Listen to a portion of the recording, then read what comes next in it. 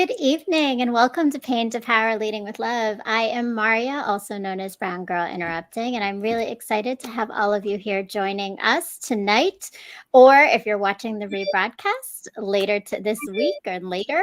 I am very excited to welcome my special guest, Chef Chris Coleman, in just a few moments. But before I do, I wanted to touch base a little bit with everyone and just share some thoughts I had this week. I've been doing, and I talked about this the last time I was on the show, I've been doing this 21-day detachment challenge with Erica Ware, who is a coach, a confidence coach. And one of the things is that every day I sit down and I reflect on my week and particularly my day, sorry. And I think about three things. And the first of which is just kind of going through my day and reflecting on what it was like, what happened, how I felt about it. And then something that bothered me and how I could have done that differently or approached that problem differently. And then something that's my two pieces of gratitude. And what I've learned through this process, and I wanted to share it with you, is this idea of gratitude has led me particularly to think about all of the people I'm grateful for. And I think it's so important for us to constantly think about that because everything we do happens not in a vacuum, but with others. We stand on the shoulders of a lot of greats, and we are always supported and led and guided by friends and family and colleagues that inspire us. And so I just want to say a big shout out to all the people that I know I am so grateful for in my life who have been supporting me. And I hope that you take an opportunity today and you think about the gratitude you have for individuals in your life that have supported you or guided you, and maybe send them a message and let them know that they have made an impact for you. So with that, I am so excited to continue our Pain to Power journey and conversations with my very special guest, Chef Chris Coleman, who is the executive chef of Chris Coleman Catering. And welcome, Chris. Thank you, Mariah. How are you? Hello, everybody. I I am beautiful today. How are you doing this evening? I'm doing fabulous. How about you? It's been a good day. It's been a good day. I see we have some of our fans in here. Ranchers Union, welcome. Living Ishe Reviews. Hello, And everybody. And so, Chris, you are an executive chef. Tell us a little bit about just what you do right now, and salute to Geologic and friends. Well, right now, I just opened up my Chris Coleman catering, my catering, my personal catering. I like to connect with everyone. Uh, um, you can always go to my page, Chris Coleman Catering, and Instagram, Facebook, and also Twitter. Um, all my info is there. Photo of the delicious dishes that I prepared in the past and current and moving forward. You will find out all the information, all the great pictures and of the dishes and everything I do. I like to keep it all day so people can see and be able to watch videos, photos, and things like that that I do through my journey. I love it. I love it. And I have to say, I know that you're offering pictures and information, but I'm going to speak from I'm not just a fan, but a customer too. And I have had some of your culinary delights, and you're a master. You're a master in the kitchen for sure. I have definitely enjoyed everything that I have eaten in the restaurant that you were in recently at Jungly in New York City. And so we are excited to hear more about the catering business and everything else. And look, we've got some more Ranchers family. I think that was no holdbacks in here. Welcome, Tasha. And I love it. And I know you got a lot of fans. You got a lot of fans from the Ranters Network that are going to be showing up to hear a little bit more about your story. But before we get into your story, I always ask, and Tasha says, indeed, love his food, right? Thank you so much. Definitely. I mean, look, I could talk about the panna cotta and the creme brulee and the salmon and the pizza. There's so many things. I'm getting hungry thinking about it all. But So we always talk about pain to power. The show is called Pain to Power. And I'd like to know, just for you, when you think about this idea of turning pain into power, what does that mean to you? Well, that means to me that means to me like things that I have been going through to reach out to reach out where I am today. What have made me, or the suffer, or the Mm, burns in the kitchens, or the long hours, the 16 hours, 15 hours, 14 hours, 20 hours sometimes, not being able to share with my parents or my family and festivities, the holidays and things like that. So that comes to me. That's like sacrifices to get to be somewhere in life where hopefully, or you wishing or you hoping to get to be somewhere. And I think at this level and at this time, the reason I went back and I re-rated and look at things, and I said, well, I'm making a lot of other people richer by me working ton of hours. Why not mm, doing it for myself? So that's one of the reasons that I now I opened up Chris Coleman Catering, and that's what I think. I was like, well, pain of power. This is what it is. I already mm-hmm. went through the pain helping other Yeah. people. Now it's time for me to perhaps rest a little bit by doing me. I love that. That's beautiful. But you talk about, how the pain was the sacrifice. And there's a lot you sacrifice, from family connections to Correct. just your own daily experience of being in the kitchen. And we're gonna get into those gloves behind you, because there's more to your story. You're not just a chef, right? And but through it, I think, what you elevated is this evolution of power, right? That Yes. you are now in this new stage of taking your skills and doing it for you, and that is a beautiful, powerful thing. And I recently also became a CEO of my own company, and so I understand, right? It's taking your skills and giving to yourself. But one thing I know about you, that I've learned about you, is you don't just give to yourself, you're always doing for others. So You have um you have to, you do, but it's a choice everybody makes, and not everyone does. So I think that you got to get the pat on the back for it, and the accolades for making sure that what you do is always not just for yourself. So tell me about these gloves behind you, and part of your pain to power journey before you got into the kitchen. You were a boxer, yeah. right? So I what led you to boxing? Yes. Well, actually, I used to be a fighter. Um, I did it as an amateur, and I did it as a professional. As a professional, I fought 8 times. I lost Mm. one. I want you to know I'm a bad loser. I love to win. I don't know how, and I don't care how, but I got to win. That's me. I don't like to Mhm. lose. So I'm a bad loser. I like to win 100%. Um, I lost my last fight, Mm. and I was very disappointed. I thought that that was something that I could have won. Uh, my mind wasn't there 100%, but that's not an excuse, because I was a professional fighter. I was paid to fight, so that is a job. And if you do Mhm. it wrong, so then it's not on anybody else; it's on you. Mm. That's not excuse. I lost, and I decided that that was it for me. So I quit. Um, um, throughout that, I was working in a restaurant. I was working as a dishwasher, because most people probably, I would say, if you meet 100 people, 100 persons, I would say 90 or 80% of them have worked as a dishwasher. Mm. How most people study.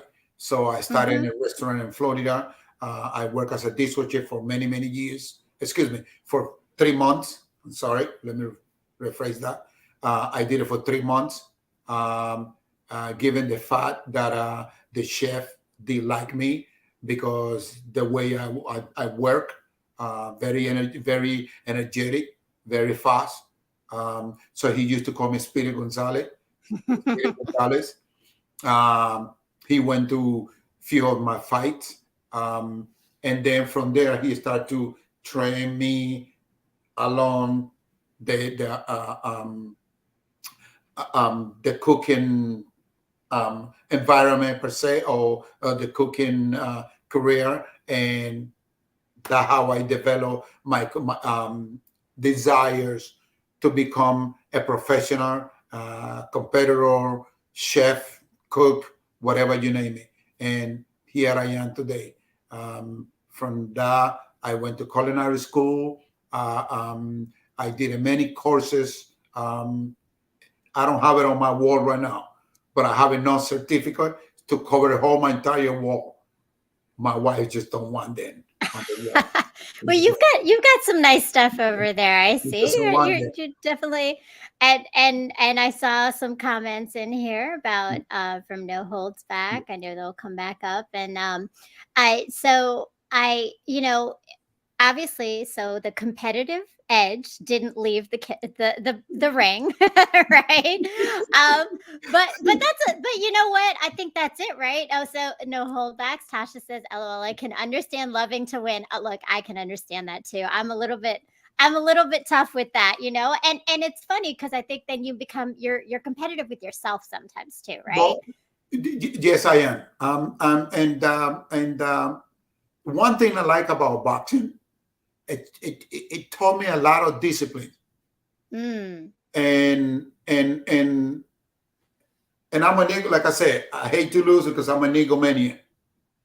But in a cookie, when it comes to cooking, what I related boxing and cooking is that Hmm. when I do things, I like to do it with the best of my abilities. Just like when I step up in the ring, I always want to win. And in order for you to win, you have to be prepared. In the kitchen, I Hmm. do the same. When I'm in the kitchen, I don't care if I have to spend 5 more minutes, but I'm going to do it right. With me, it's not about quality. Excuse me, it's not about quantity. With me, it's about quality, and then the quantity comes along. But it's about Mm. quality, And then that's how I related what my boxing time with my cooking time. Do it, but do it the best. Do it Mm. the best of your ability, and that will put you somewhere in life. Don't be a slacker. Don't cut corners here and there, because that's not going to bring you anywhere. Yeah, that's so important and very driven. I love it. No hold back sex. Backing keeps you on your toes. Coordination is important. Have to be on point in the kitchen that he Correct. is. I can attest to that.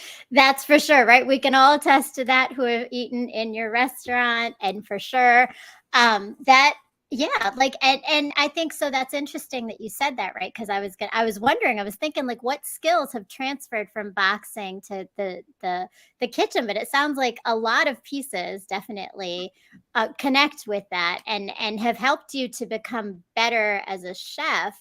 But so through that, because it's not easy, and you talked about starting as a dishwasher, right? So tell me a Yes. little bit about the challenges of getting into the place that you have in being now an executive chef. And actually, first tell us what CEC means, because I want to Well, know, make sure okay. everybody knows what that title is for you. Well, to begin with, there are only 78 certified CMC, which is certified master chef. In Mm, order for you to become certified master chef, you can only get it through the American Culinary Federation. Now, that exam is given to you. That exam costs $10,000, non-refundable. Okay. wow. Now, if you flunk it the first time, you can take it. You have a year to take it again. If you don't pass it, so you lose those $10,000. Now, in order for you to become CMC, the exam takes It's 1 week. The exam is given in two places. Upstate at the CIA here in New York, the Culinary Institute of America, or in Napa Valley, Culinary Institute of America in Napa Valley. You can only get it in those two places. Now, in order for you to take that exam, you have to be CEC, which is what I am right now, Certified Executive Chef. Certified Executive Chef, in order for you to take that, in order for you to become Certified Executive Chef, you have to compete. And in order for you to compete, those competitions need to be certified by the WACS, WACS, World Association of Chef Societies. The base of that is on Paris, France. The American Culinary Federation is one branch of the World Association of Chef Society. Now, and another, again, in order for you to be a CEC, you have to go through a practical exam, which is you need to write a menu, put it together, and it's like a competition. You do cook in front of the judges. Perhaps there will be 10, 20 people taking the exam with you, and the judges, they don't give you any info. There is a web page where you go and you study all the steps that you need to follow throughout the competition. Now, it's on you to study all those regulations. Keep it on you. When you go to take the practical exam, you need to bring from plates, forks, spoons, knives, cutting boards, bleach, everything you're going to use, your protein, your food, everything. You have to purchase everything yourself. The only thing they offer you in that arena is the cooling system, the refrigerator. You're going to have 4 judges. When you cook those dishes, you're going to cook 5 dishes. 4 dishes for the judges and 1 dish for displaying, which they will take a pictures. They will not tell you anything. They're just watching you and scoring, taking points away, taking points away, taking points away. That's what they do. You can do it twice a year or once a year. Then after that, by you passing that exam, there is another exam that you have to take. It's based upon 200 questions, 1 hour. It's I forgot the name of the exam. But anyways, 200 questions. You have 1 hour. Once you pass that, so then you become certified. But you also, like I say, you also have to go to a lot of competition throughout, and you also have to do a lot of study. It's a lot to study, a lot. I can tell you that. Wow. I think Tasha said it well. Impressive. Right? Like that it is impressive. That's a lot. That's a lot. A lot of, I mean, and you named the financial commitment, the time commitment, just the pressure itself in the moment. So it obviously took a lot of school and training and competition to get where you are. There other, go ahead. But the good part about become certified is that you become certified and you can teach. Now you can go to any culinary school and become, once you're certified, you're entitled to be a teacher, to teach in any culinary school. So if I used to be a substitute teacher at culinary school here in New York. I did it for, I believe this was in 2008 or 2009, something like that. I did it. But anyway, so this is how because most of culinary professor nowadays, they have to be certified. It's mandatory for them to be certified. So most school automatically, because the American Culinary Federation Hmm. wasn't that known many years back. Now they are being known because most school are become certified through the American Culinary Federation. And through being member of the American Culinary Federation, they demand the professor or the teachers to become certified. That's part of the Mm. program. So it's very competitive, It and is. It is. highly skilled people come into it. So that's, I mean, that says a lot. Otherwise, just in terms of just being in the actual restaurant world, and I mean, it's an entirely different culture, right? The restaurant world, everything about it. What are some things that you have learned about this process that you've kind of grown and understood better, kind of in this pain to power journey, right? Well, to be honest with you, number one, very discriminatory for women. Hmm. Very. Hmm. As you see, there's not many women. I don't know Mhm. if I'm fusing that, but there's not many women. Now, and the new millennials, a lot of women are getting in because now we had all these things fighting for equality, but very, very, very racist for women, and Interesting. a lot of other people's. Obviously, we all know that, but I don't let that pull me down through the process. I know what I can do. I know how good I am. So I never let none of those things hit me behind my head. I just focus and move forward. Mhm. I understand that a lot of places have taken a lot of opportunity from me and from a lot of other people. But again, I keep on moving forward. I know I'm very talented. I know I'm very passionate to what I do. I like to do what I do 100%. So I don't, when I put something in front of someone, I don't feel ashamed. So I'm good. That's one of the things that I learned to do. One thing I learned the most in the restaurant business is like you can you can take you can say whatever you want about me. You can think you take whatever you want about me. But I know that when I do something, I done it 100%. And I know what is in your mind is fine. But I know what I done is 100%. So you can never pull me down because I know I'm good, and that's just the way I feel. And if I give my 100%, I'm cool. I'm cool with that.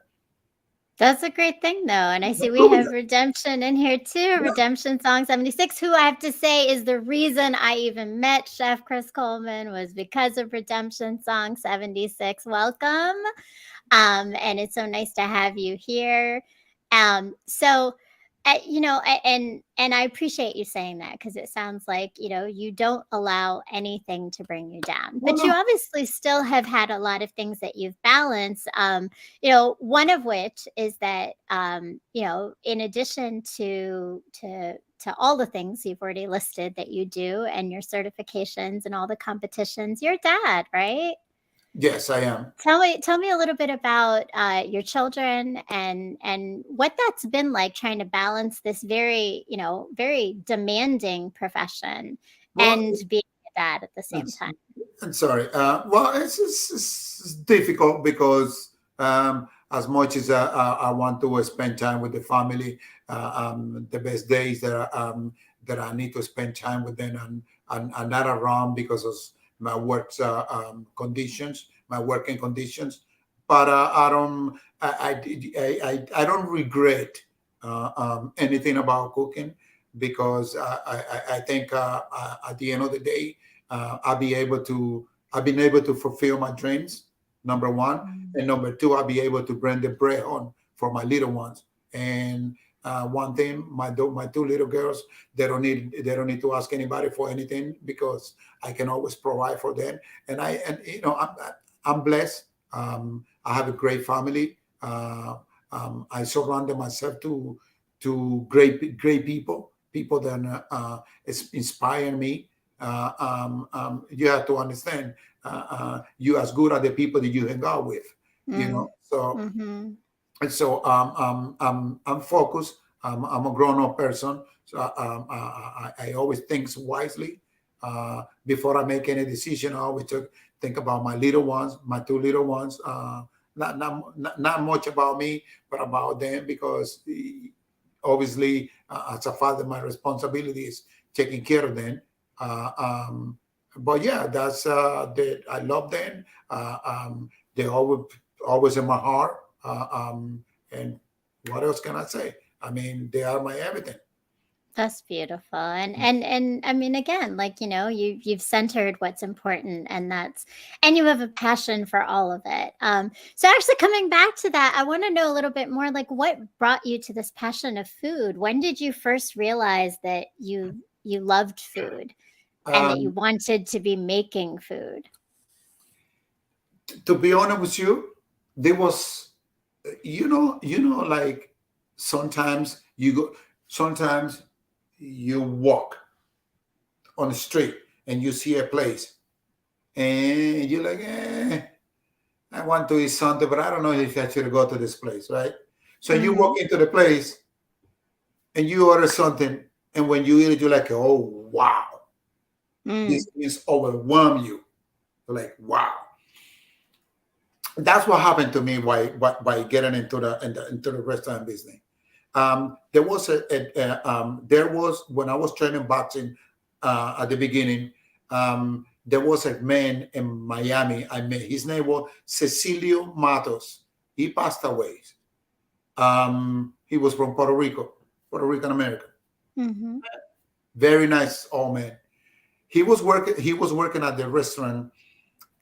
He actually got me. He's the one who got me involved in the restaurant business. And he used to be the butcher. He was butchering the meat all the time. Mm-hmm. Mm-hmm. And and he used to work there for many, many, many years. And he also used to love boxing. So he was talking to me about boxing all the time, Mm. and he will go to my fights, and he will shower me with good compliments. You're gonna be good, and other guy. I was a good young fellow, and he liked the sport, so he was very passionate about it, just like I am. Right. So, so he says to me, he's the one who says, "No, you don't need to be a dishwasher. Why don't you do what I do? I can train you here." And but me as being young and eager and egomaniac, obviously, because I was an Mm-hmm. athlete, I always want to win. I'm like, I don't think I want to be standing up right now here, which is with the hammer calling me Mm. and just tenderizing me. Now I want to learn the whole situation in the kitchen. Mm. So my chef calling here, I need this and I need that, and I thought that was great. I thought that was wow. Like this is what's up. This is what it is. This is what I want to do. And Mm. and he calling the shot. Oh, I need salad. I need this for an appetizer. I need clams, oyster, and calling different stations. So I thought that I'm like, wow, this guy, bring it's unique. It brings all these different 5, 6 different concept to one. So that's Mm. what got me. That's what got me interested and passionate about cooking. And I was like, I can do this. And then I remember one time his name was Rossi Ragusa, the chef, Yeah, rest in peace. an Italian American. He used to call me Speedy Gonzalez, and he's like, "You like cooking?" And I was like, "Yeah, I like cooking." So he started training me. And what I did actually, in my days off, I used to get 2 days off back then. So I used to go on my day off, my 2 days off, go Mhm. and work. And he asked, Chef, Chris, is this what you want to do? And I'm like, yeah. But this is your only 2 days off. And I'm like, yes, but I want to learn because I don't want to. If you ever become a world champion, what am I going to say to people? I work as a dishwasher in a restaurant. I don't want to do it. Mm. So by that being said, he's like, well, if this is what you want to do, no problem. So he put me on a salad station. I have to shop clams, oyster, and peeled shrimp. Back then, I would have about 100 pounds of shrimp down there. I will spend the whole day standing up, peeling oyster, shucking oyster, clams, and peeling shrimps, peeling the vein. And I did it, Mm. salad, and he trimmed in that station. Then someone else quit on the fryer. He instead of him hiring someone, he brought me in to be the fryer person. And from there, he was moving me along and along and along. I Hmm. remember, um, Wow. So you kept, obviously you've been pushed. You've had a lot of mentors pushing you, but that's taken you to some pretty cool places. Actually, in fact, I know one of which is being on the Food Network on several shows. Tell us a little bit about that experience and what brought you there. So I know you were on Chopped the first yeah, season, and you um, won. yes, So yes. tell me a little bit about what brought you there. Um, I when I went to CHOP, I was working for a very good restaurant entrepreneur. His name is Mar Parker, Mar B. Parker. Mr. Parker, he used to be the CEO of a restaurant group, which they own Tao, Lavo, the Brasserie, amongst other restaurant. They own over 100 restaurants in England, Amsterdam, you name it, all over the world. Mm-hmm. I used to run his mansion in the Hamptons for about 7 years. Um, um, Throughout the 7 years, I had the opportunity to cook for many celebrities from um, um, um, Chris Lighty, which is he used to be he killed himself, but he used to be a 50 Cent's manager. um, Mm. I used to cook for Leonardo DiCaprio, Mel B, JC.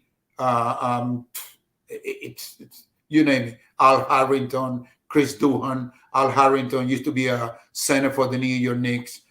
Chris Duhan was a point guard for the New York Knicks. Mm-hmm. Alex Mm. Rodriguez, Kay Hudson. You name it. I cooked for so many Right. celebrities, and that was like an open door for me.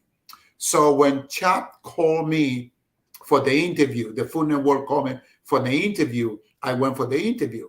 So I had the interview and I told them what they asked me, where are you from? And I say, well, I'm Panamanian Jamaican. I was born here, but my parents are Panamanian and Jamaican. And they said, Mhm. whoa, this is great because of your background. You will bring a lot to the show. You can bring Mm. a little bit of the Jamaican cooking, a little bit of the Latino cooking, and a little bit of the American cooking. So this is what we're looking for. Um, um, so I went through the casting. Matter of fact, the casting was at my school because I was taking baking and pastry at the time that I was working as a private chef, and I was and I was in Hamptons, but I was taking baking and pastry in Sayose and a culinary one of my culinary school in Sayose. Mhm.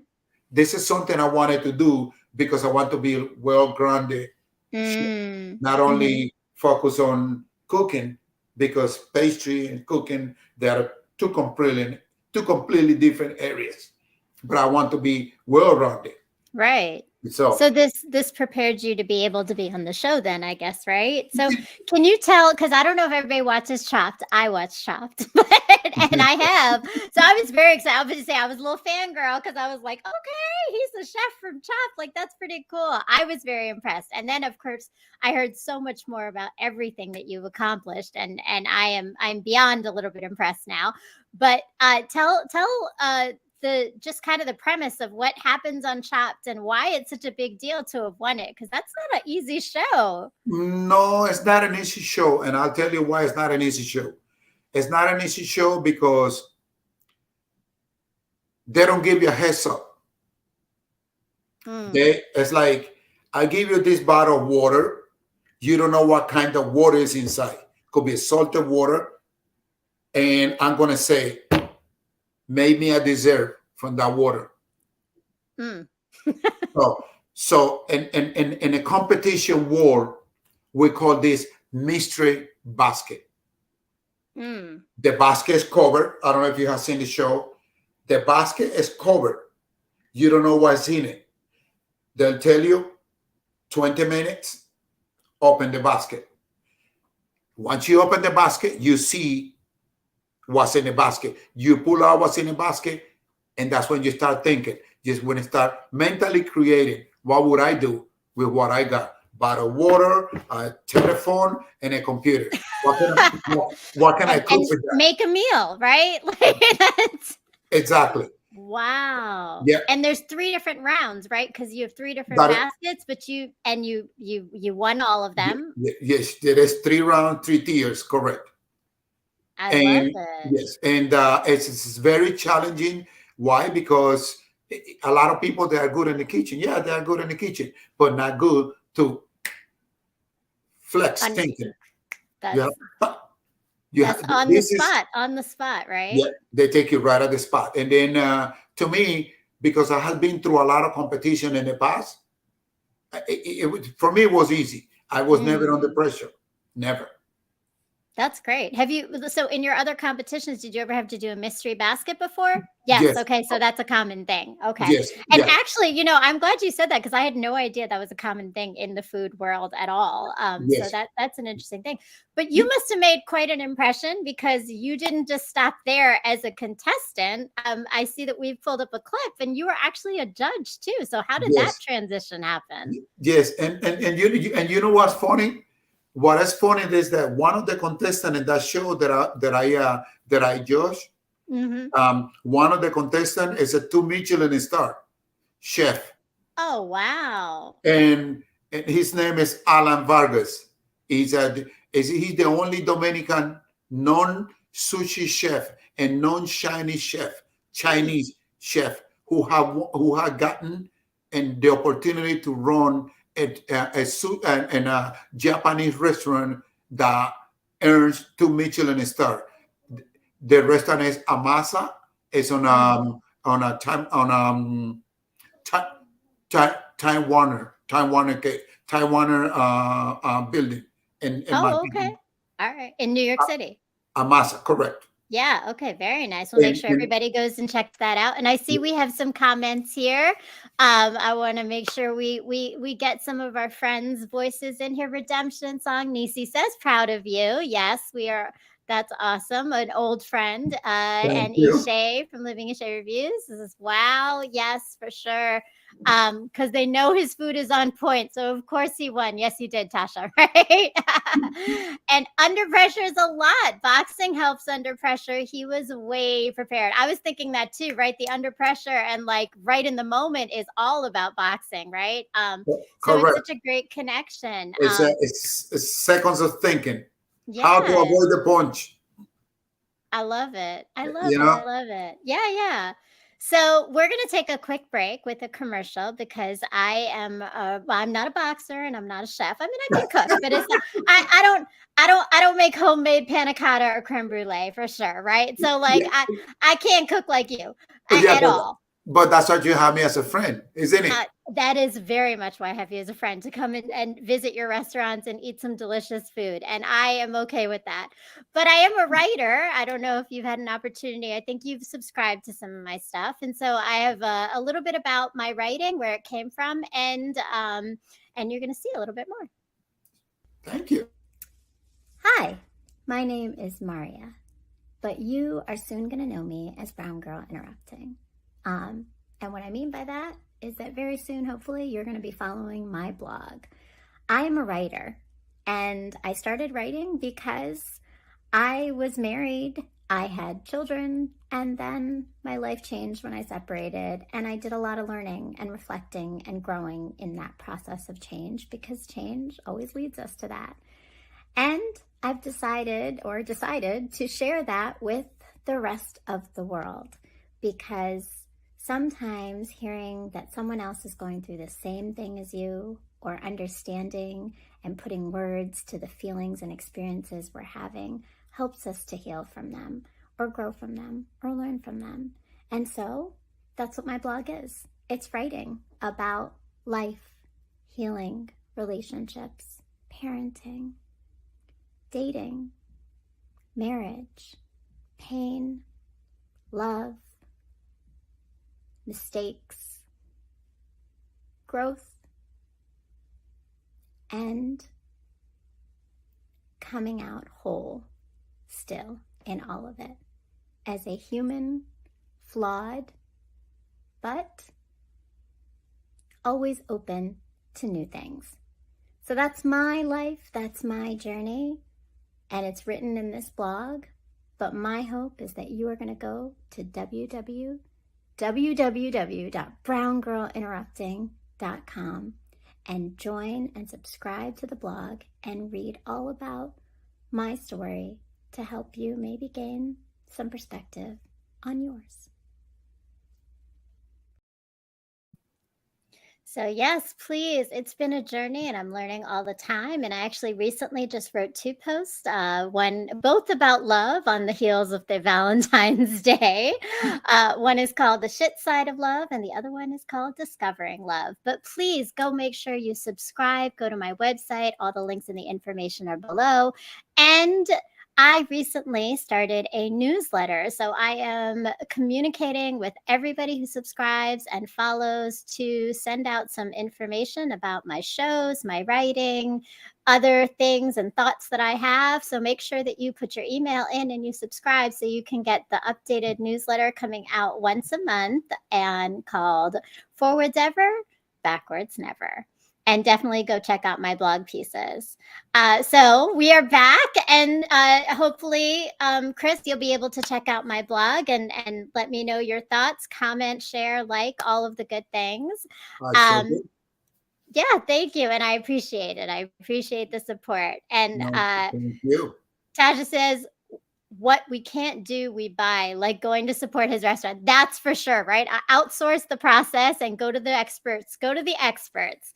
And Ishay says you're a great cook. Yes. And I mean, if you're in New York, you got to check out wherever Chris Coleman is, you got to be there for sure.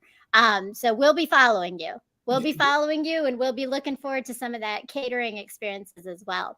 So I'm curious to know, being that you have your family's from Panama and Jamaica, like what influence has that had on your cooking or even just on the way you approach food in general? Because there's cultural connections, right, through food. Yes, it is. Well, actually, knowing you, perhaps I'm sure your cooking also related to your background and Yes. But anyways, the Latino cooking it's somehow I made them somewhere, but I'm not. I made them on the flavor wise. Okay. Latino love flavor, just like India, they love a lot of condiments and a lot of flavors. We love flavor. Us Latino, Jamaican, Caribbeans, we love flavor. We enjoy flavor a lot. I love flavor. One thing don't like when I go to a restaurants and the food is tasteless. I'm very disappointed. I don't like that, and I don't like people when it comes to food. I hate when people are sloppy. One of the reasons I don't like much my Latino cooking is because they think the more they give you, the better it is to captivate you and to have you coming back. And again, that's when I'm going back and I reiterate it and I say it's not about quantity, it's about quality. If you notice, you go to a French restaurant and they give you just a little bit, just a bite, but that bite brings you over and over and over and over. Perhaps don't bring you many times because you can afford it, but it's not because you. There is the reason is because you can't afford it, but not because the food is doesn't taste good, doesn't Mm, not it doesn't have a good mm. presentation and things like that. So now going back to my Caribbean and Latino, my Panamanian heritage, it's great. I love it. And when I wanted to go out of my comfort zone, so I go and I grab some plate from there and I buy whatever. The same thing with the So, Dominicans, but the presentation is not there. There's no talent. mm. There's no finesse. So you add the finesse, but you bring in the culture and the flavor. And I see we have some comments because when you were mentioning that small bite that just pops, Ja Logic was yes, like them wings Chris made because those were some bomb wings. And I know Logic was loving the wings that kept on giving for sure. Yes, yes. Thank you. It was an experience for sure being served by you, being able to eat your food, and the connection that you make. I think that quantity over quality for you goes into the way that you connect with people. So how does that come into your experience of cooking, the connection piece of it? Well, but let me just put it this way: before moving forward, you see, there were a lot of people. There were a lot of when we made, right? There were a lot of Mhm. people there, right? Yes. Okay, but I basically connect with a few, Mhm. a Mhm. few of them, and you were part of that group. I So was. so so if we break that down, it wasn't about quantity, it was about quality. And look how far we are, right? So Yes. out of the all that's many people that were there, there is only few that I keep in touch. You and perhaps 4 or 5 more. Mhm. So basically, it was about quality, not about quantity. Mhm. So so anyway, by that being said, it's like the reason I care about much about quantity is because that's values. Mm. Once you have values, so then you focus on what the most important things, and you leave a lot of other things behind you, right? Things that don't matter. Things that matter, you keep pushing and keep on moving forward. That how it take you to the next level and to accomplish things. So that's at least what I think, Mm. at least what I consider. A lot of people don't. It's fine with that. But I at this moment, it's I think about me. Yeah, no, but that's so important because I think values definitely do, right? They drive what you do. And if you don't know your values or you So don't then, lean into them, then it shows. It's not the same kind of passion. It's not the same kind of love that you put into things. well, values is the base for a person. Yeah. Values. Yes. If you have Yes. no values, then I don't have a base. So Mm. what am I? Nothing. I'm just nothing. Just Yes. nobody, perhaps. Yeah. But How m how's your upbringing, like, just having been, we're talking about culture and the connection of culture and food, my but culture and upbringing, value definitely connect. What have my, you my, taken? yeah, my upbringing was not easy, to be honest with you. Mm, I mean, I don't want to be discriminatory. I don't want to be racist, but you understand. I'm the color of my skin. mhm, It's not easy. But I am here. I'm fighting. Like I say, I don't let anyone takes anything away from me. I fight for and fight in for what I want. I don't apologize when I made mistake and I know I'm right. Uh, um, um, I don't believe in in black and white. I seen there's a lot of different here, different there, but I don't care. I just focus on moving forward. You love me, I love you. You respect me, I respect you. You treat me kind, I will treat you kind, and that's the way I live my life. Mm. I've seen a lot of different people here and there, and I was like, listen, I'm trying to be on my lane. Respect my lane, and I respect you. Mm. That's it. Mm.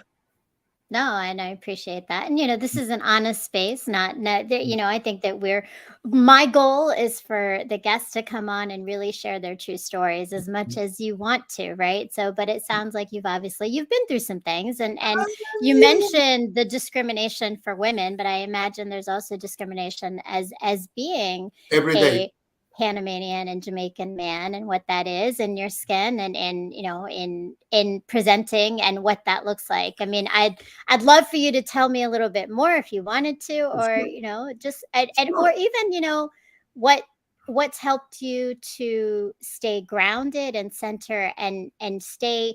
I think one of the things we talk about when we talk about pain to power is the healing process, right? It's the healing pieces, and you're in a competitive space. You're in a space where obviously you've Oh, mentioned there have been challenges when it comes to every day. discrimination every day, every Every day. I day. imagine. How do you take care of yourself and all of that? Like I mentioned to you before, I just keep focus. Um, I have good people around me. I don't, I don't minimize anybody. Mm, I see things. I try to respect because that's the best you can do. I try to respect everybody. Uh, um, um, I don't have a lot of friends because a lot of people are funny. mm, I associate with people that can give me good ideas, good advices to move forward in life.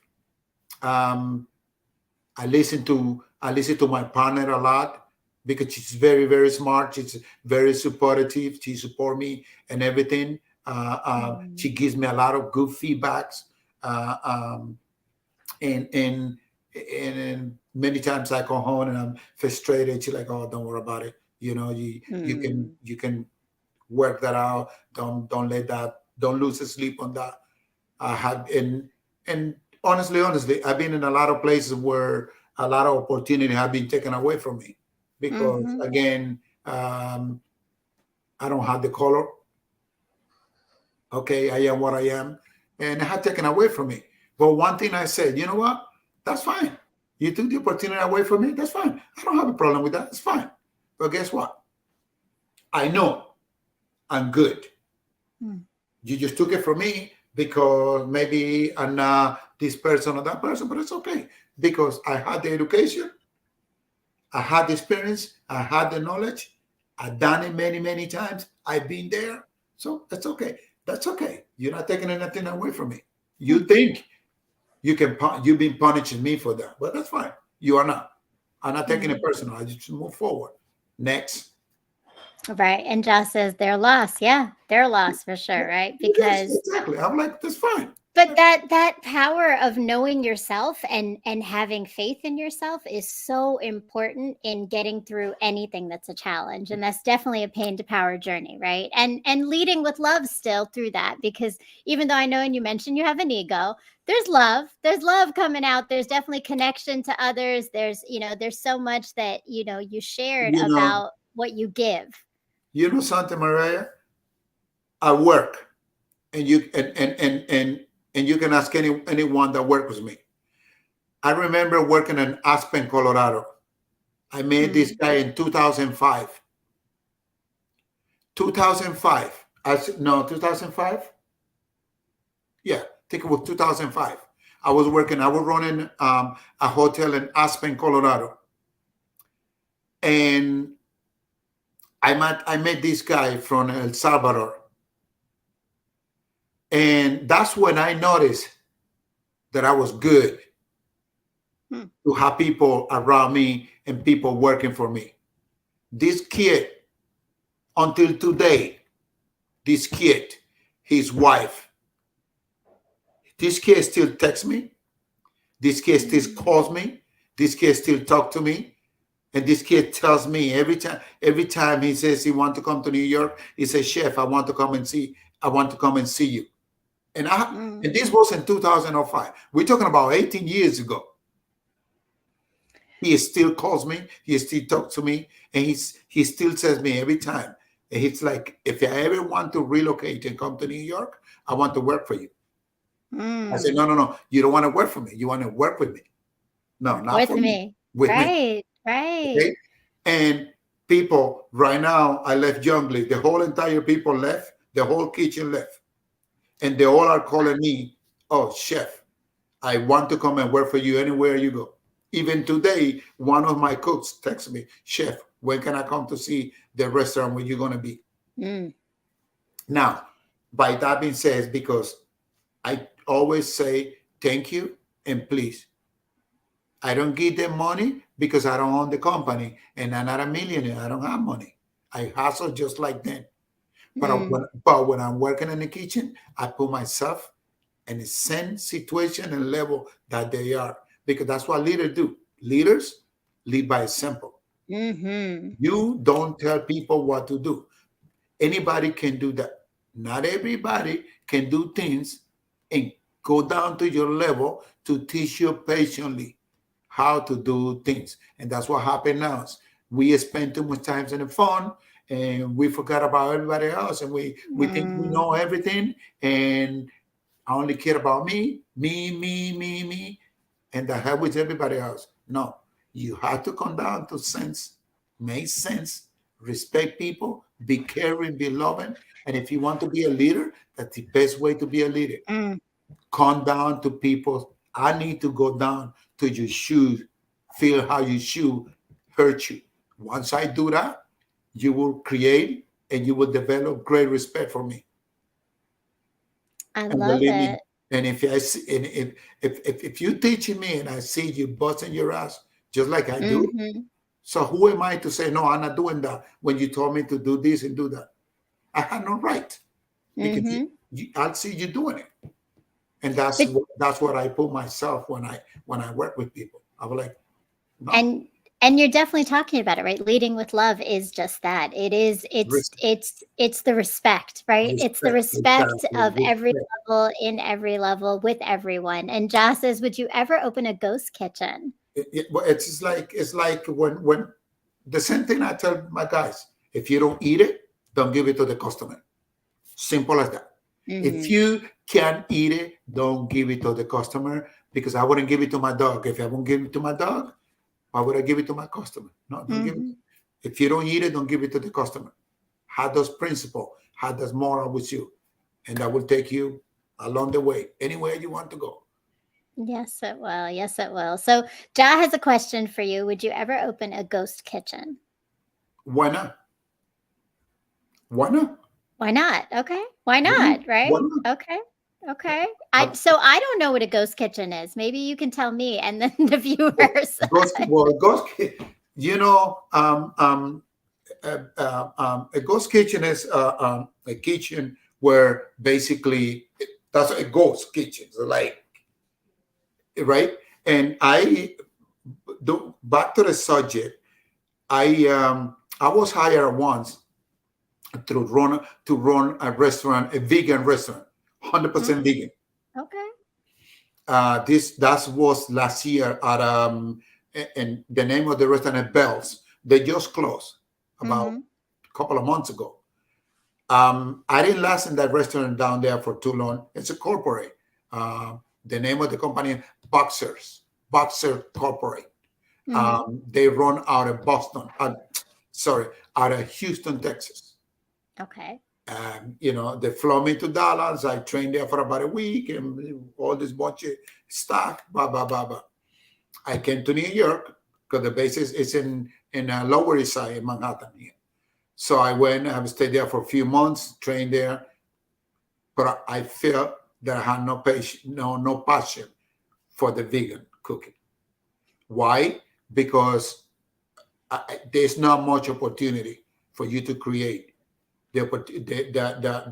It's very limited because Mm. it's vegan, so everything is processed food and this and that, and I'm just not into it. So then, we part ways, and that was the end of the story. Now we open a ghost kitchen in that place. That that's what I brought it into the subject. Ah, okay. And I tell you right now, it was a nightmare. A nightmare because you have people calling. I want this and I want that, but they basically, you create a menu, but Hmm. then when people call, they want things down their ways. And you can do that. Oh, so You so understand? there isn't the ghost element. People want to Exactly, change it and still exactly. control it, so it's hard. Like, Okay, all right. like for instance, I'm giving you a Caesar salad, right? Yeah. But then you tell me you wanted it this way and you wanted it that way. So why is the chef recipe made for? Right. Right. Well, and I'll be honest, when you come into a restaurant, I'm going to give you the power to make the decisions as the chef. Like that's not I think that's kind of that respect also for the Correct. the art of cooking. And Redemption Song is in here saying yes, true as well.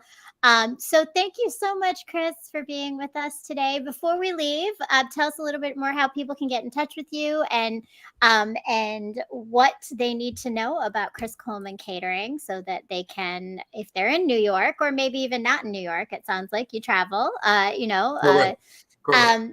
let them know. How do we get in touch with you? Well, like I said from the beginning, I'm on Instagram by Chris Coleman Catering, LLC, and Twitter, also in Facebook. Again, I always post whatever I do. I take a pictures, videos, and I post it just to keep update, and daily communicate with my customer, my followers, my friends, because obviously my customers are my friend, are my follower, my everything. Yes, they Um, are. yeah. Um, just text me, text message me.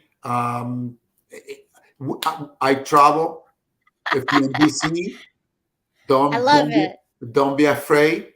For Look, you, Mariah, if you're I know you in DC, you need I you am. need to cater. I'll be very mad if I know you I hire got your someone number. else instead of hire me. I'll go there, Oh, and you know what? I take the trip just to leave New York for a day, perhaps.